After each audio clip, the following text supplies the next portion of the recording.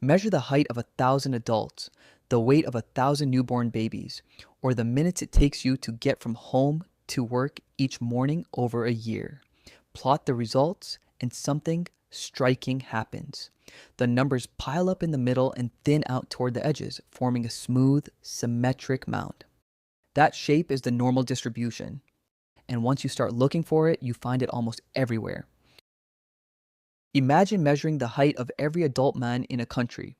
Almost nobody is under 150 centimeters or over 200 centimeters. Most cluster around 175 centimeters, give or take. If you sort everyone into groups by height and stack them up, the tallest stack sits in the middle with shorter stacks falling away symmetrically on both sides. That mound has a name, the bell curve, because it looks exactly like a bell. It is high in the center because most values land near the average, and low at the tails because extreme values are rare. The drop-off is smooth and balanced, and here is something important. A normal distribution is fully described by just two numbers.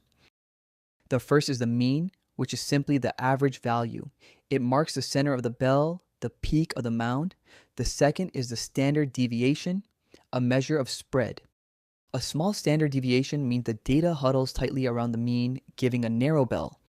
A large standard deviation means the data spreads out, giving a wide bell. If you wonder how standard deviation is calculated, check the video on the card on the corner of the screen. Now, here is the single most useful thing to know about the normal distribution. For any normal distribution, about 68% of all values fall within one standard deviation of the mean.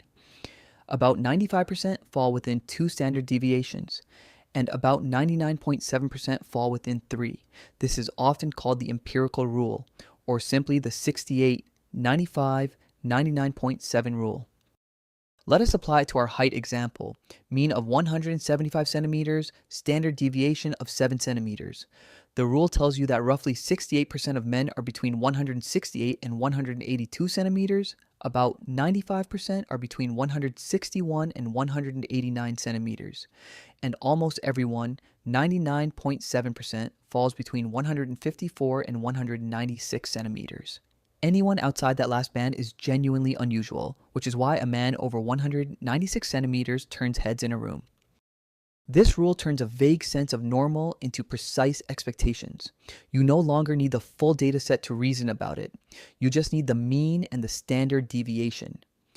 Now, you might be wondering, why does a shape keep appearing in so many different situations? Is it just a coincidence? It is not. The idea is this. When many small, independent factors all contribute to a final result, the outcome tends to follow a normal distribution. Human height, for example, is shaped by hundreds of genes plus nutrition and environment. No single factor controls it. They all push and pull in small amounts, and the combined result lands in a bell. That is why this shape keeps showing up across so many different situations. A helpful analogy is a board of pegs with balls dropped from the top, sometimes called a bean machine. Each ball bounces left or right at every peg, a long chain of small random nudges.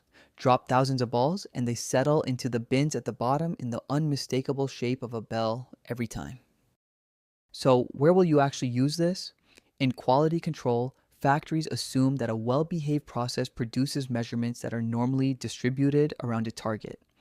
If a part is supposed to be 50 millimeters and the process has a standard deviation of 0.2 millimeters, the empirical rule says nearly every part should land between 49.4 and 50.6 millimeters. A measurement far outside that range is a red flag that something has drifted.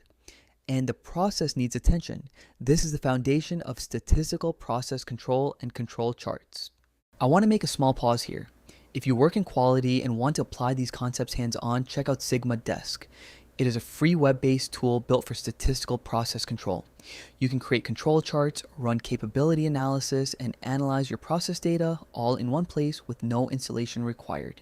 Visit sigmadesk.app. The link is also in the description below. Another example, in testing and grading, scores are often scaled to a normal distribution so that a result can be expressed as a percentile. Knowing your score is 2 standard deviations above the mean instantly tells you that you outperformed roughly 97 to 98% of test takers. Teachers also frequently use this bell curve to define pass and fail boundaries, setting the cutoff at a point where a predictable share of students fall below it. Another example is that in risk and finance, the spread of outcomes is frequently modeled with a normal distribution to estimate how likely a large loss or gain might be. And that is mostly all about normal distribution if you are not a statistician. If you found this video useful, consider liking the video, which really helps, and also subscribing for more content on statistics, quality engineering, and process improvement. See you in the next one.